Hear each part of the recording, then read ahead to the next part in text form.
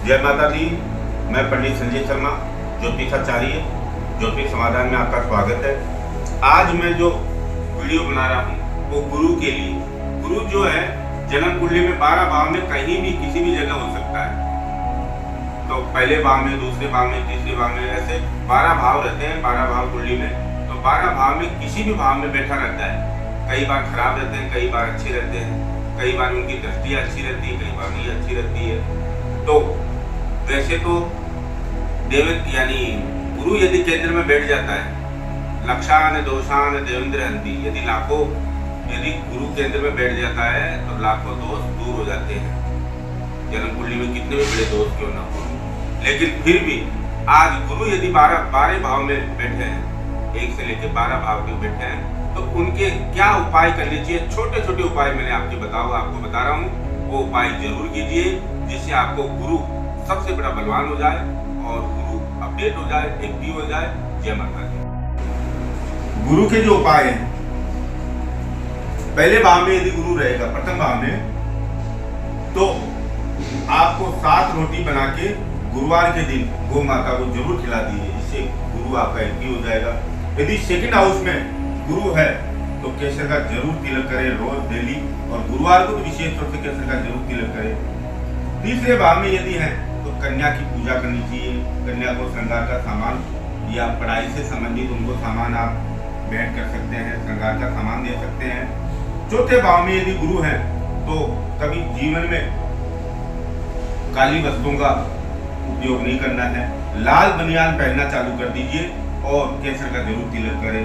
5वें भाव में यदि गुरु है तो नाग केसर को जल में प्रवाहित कर दीजिए।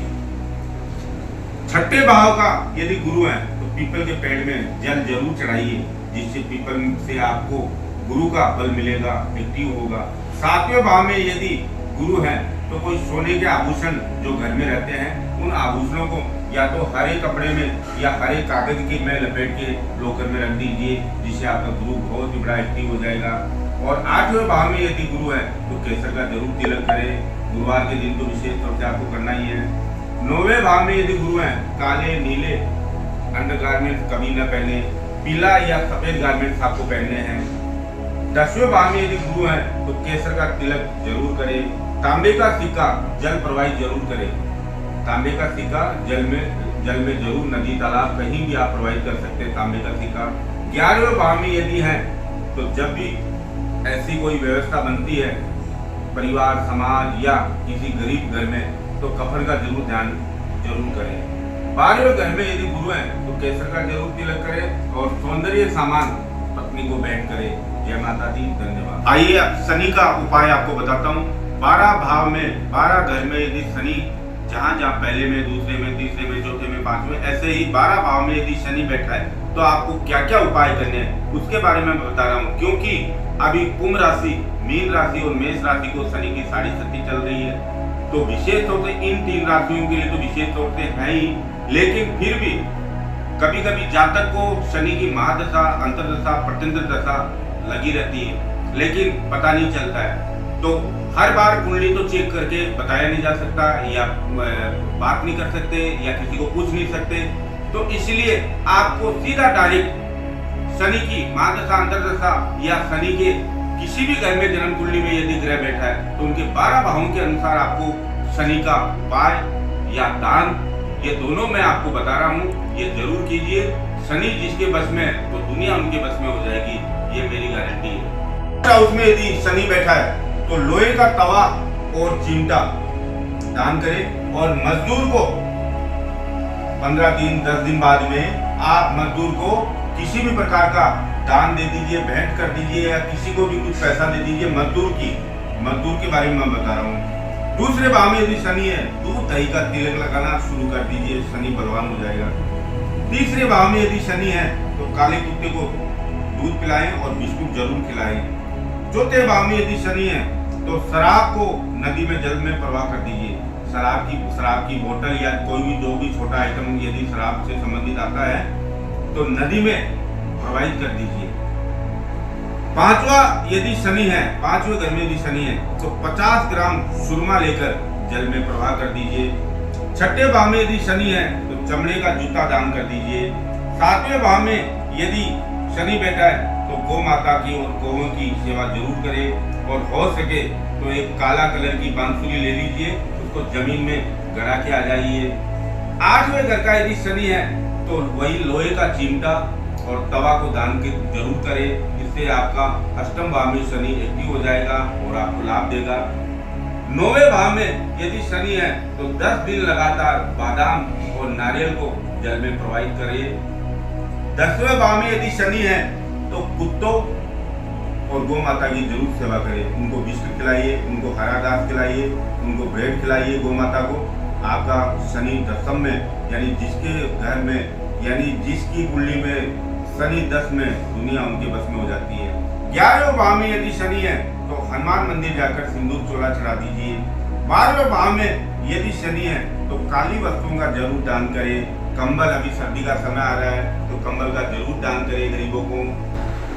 आज ही के दिन मंगल वृश्चिक राशि में प्रवेश कर चुका है और वृश्चिक राशि का स्वामी भी मंगल होता है और मंगल वृश्चिक राशि में जाने से वृश्चिक राशि वाले को थोड़ा सा लोहा और गाड़ी के प्रति जरूर सावधानी बरते, क्योंकि मंगल अंगारक बना देता है। इसीलिए थोड़ा सा लोहा, क्योंकि काली वस्तुएं हैं, लोहा और गाड़ी के प्रति थोड़ी सावधानी बरतनी है। लेकिन वृश्चिक राशि वाले के लिए मंगल बहुत फलदायी है, उनको विशेष सफलता दिलाएगा।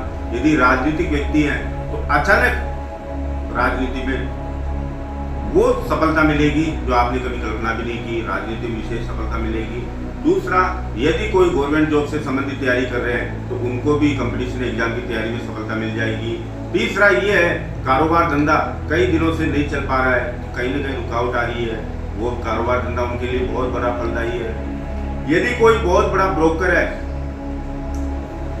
तो उनकी कोई डीलिंग नहीं हो पा रही है, तो ये मंगल चेंज होने के बाद में किसी भी प्रकार जमीन या किसी भी वस्तु का क्रय विक्रय करेंगे तो बहुत बड़ा फलदायी उनको सफलता लाभ मिलेगा।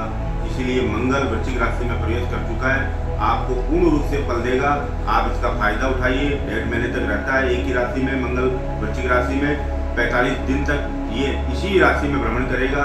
तो आप जितना फायदा उठाना है उठा लीजिए। आपको मकान, भवन, भूमि, इनमें सब में आपको सफलता मिलेगी। भवन निर्माण में आपको सफलता दिलाएगा मंगल भूमि पुत्र है, तो जमीन जायदाद में आपको, भवन निर्माण में आपको बहुत बड़ा सहयोग करेगा। यदि कई दिनों से कहीं भी आपका मकान नहीं बन पा रहा है और कोई काम अटक रहा है, जमीन संबंधी अटक रहा है, तो मंगल आपको पूरा सपोर्ट करेगा। वृश्चिक राशि वाले को सफलता के स्रोत खुलेंगे। आने वाला समय जो 45 दिन का है, ये समझो 4 चांद लग जाएंगे। आने वाला समय के लिए आप हर क्षेत्र में आपको सफलता प्राप्त। अभी 18 अक्टूबर को गुरु भी कर्क राशि में उच्च राशि में प्रवेश किया है। ये सबसे बड़ी बात है, 13 महीने तक ये गुरु उच्च राशि में फल देगा। कर्क राशि वाले के लिए बल्ले बल्ले है, कर्क राशि वाले के लिए गोल्डन चांस है।